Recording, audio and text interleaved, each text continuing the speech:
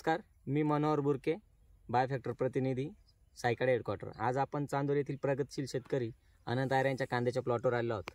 त्यांनी आपल्या बायोफॅक्टर कंपनीच्या 11-11-8 व BOC या प्रॉडक्टचा वापर केला आहे.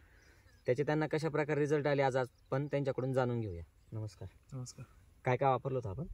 आम्ही BOC 11-11-8 आणि आपलं GM वापरलो होतो. बरं, काय वाटतं एकंदरीत प्रॉडक्ट वापरल्यानंतर?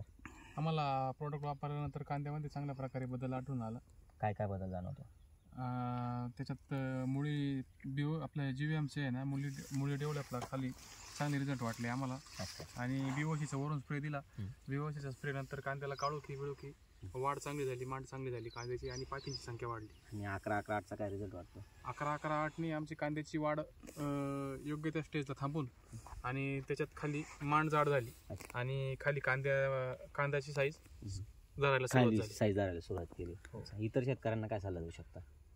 इतर शेतकऱ्यांना एवढंच सांगू इच्छितो का बायोफॅक्टरचे जे प्रोडक्ट आहे 11-11-8 BOC आणि GM हे वापरायला त्यांनी काय हरकत नाही.